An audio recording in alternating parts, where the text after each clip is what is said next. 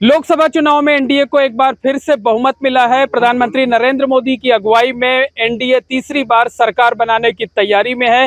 हालांकि एनडीए को उत्तर प्रदेश में बड़ा झटका लगा है, आधी से ज्यादा सीटें हार गई हैं। ऐसे में भारतीय जनता पार्टी के जो कार्यकर्ता है वो खुलकर जश्न नहीं मना पा रहे हैं।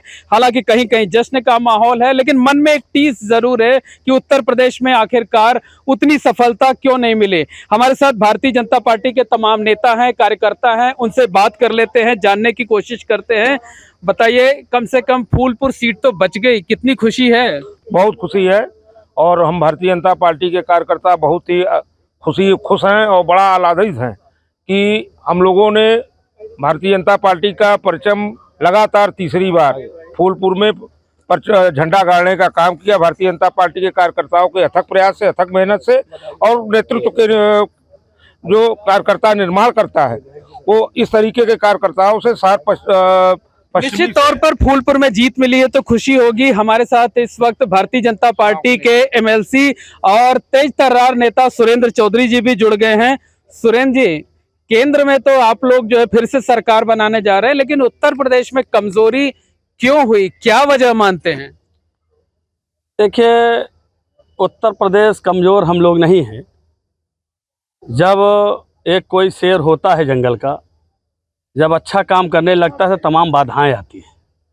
तो जितने अपराधी प्रवृत्त व्यक्ति थे जो बचना चाहते थे, और चाहे जिस जात धर्म वर्ग को हो, वो कहीं न कहीं से भारतीय जनता पार्टी को उत्तर प्रदेश यह दिमाग लगाए कि यह अगर अच्छे से चुनाव जीतेंगे 80-80 चैलेंज करके, तो पुनः हम लोगों के साथ वही होगा।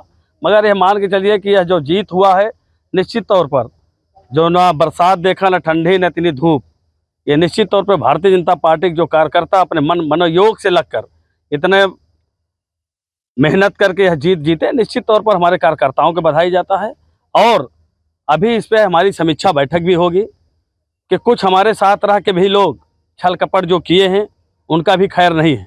मतलब भीतरघात जो किए हैं लोग, उनका भी खैर नहीं है।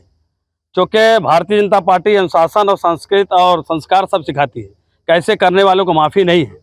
तो ऐसे भी करने वाले को, जो खाटी भाजपाई है, निश्चित तौर पर भारतीय जनता पार्टी के इतने कम सीटों पे निश्चित तौर पर हम लोगों को उतना उत्साह नहीं है जितना होना चाहिए। बाकी हम लोग अपार खुशी है, देवपुरुष नरेंद्र मोदी भारत के ऐतिहासिक प्रधानमंत्री, तीसरी बार प्रधानमंत्री बनने जा रहे केंद्र में, इसलिए बहुत बहुत बधाई। और कुछ विपक्षियों को यह लगता है कि हम इतने सीट पाएंगे तो माना कि लगता है कि प्रदेश में हम सरकार बदलने जा रहे हैं।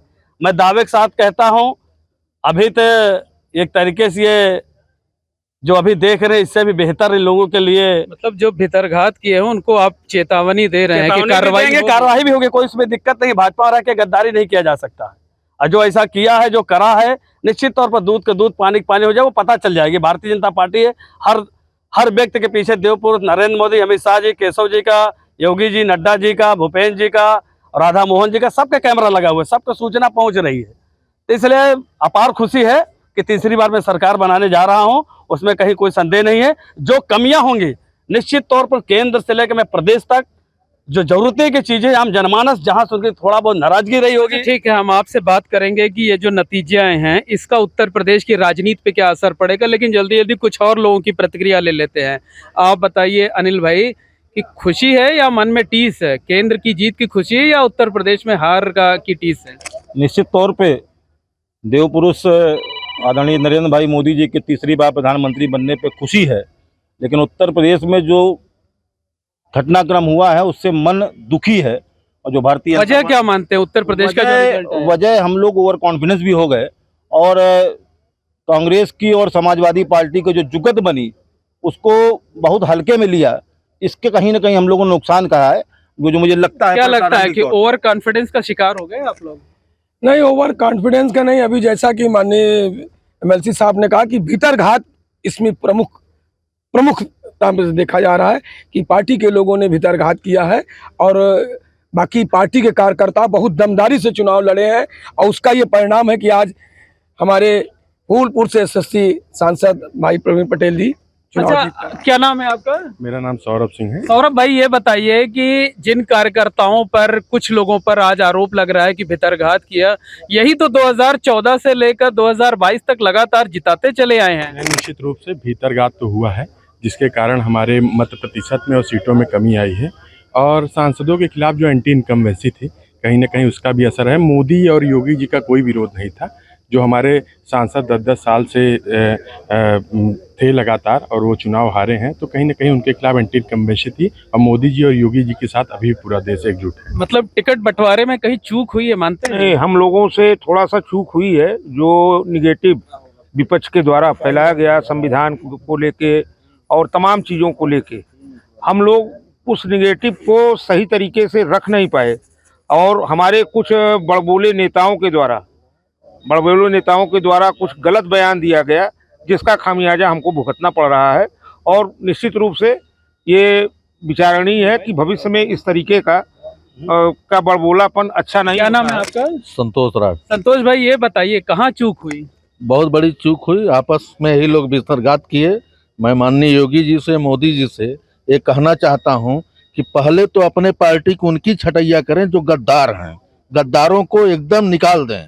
उन्हीं के गद्दारी से आज हम लोग इस मुकाम पे उत्तर प्रदेश ये सुरेंद्र जी कह तो रहे हैं कि सबके खिलाफ कार्रवाई होगी, होनी चाहिए कार्रवाई। बिल्कुल होना। कार्रवाई तो होनी चाहिए, लेकिन ये जो चुनाव हम लोग उत्तर प्रदेश में सीटें कम पाए हैं, उसमें दो एक और बहुत ही महत्वपूर्ण कारण है, जिस पे भी हमारे आदरणीय एमएलसी साहब से कहूँगा कि जैसा उन्होंने, भाई साहब ने, हमारे बड़े भाई हैं, कहा है, उसको भी संज्ञान में लेना चाहिए। हम लोग लगभग 65 साल की उम्र में संगठन को मजबूत करने के लिए लगातार नहीं, कहा जा सकता है कि लोगों ने बड़ी मेहनत की, कार्यकर्ताओं ने, कुछ ही लोगों ने गड़बड़ी की होगी।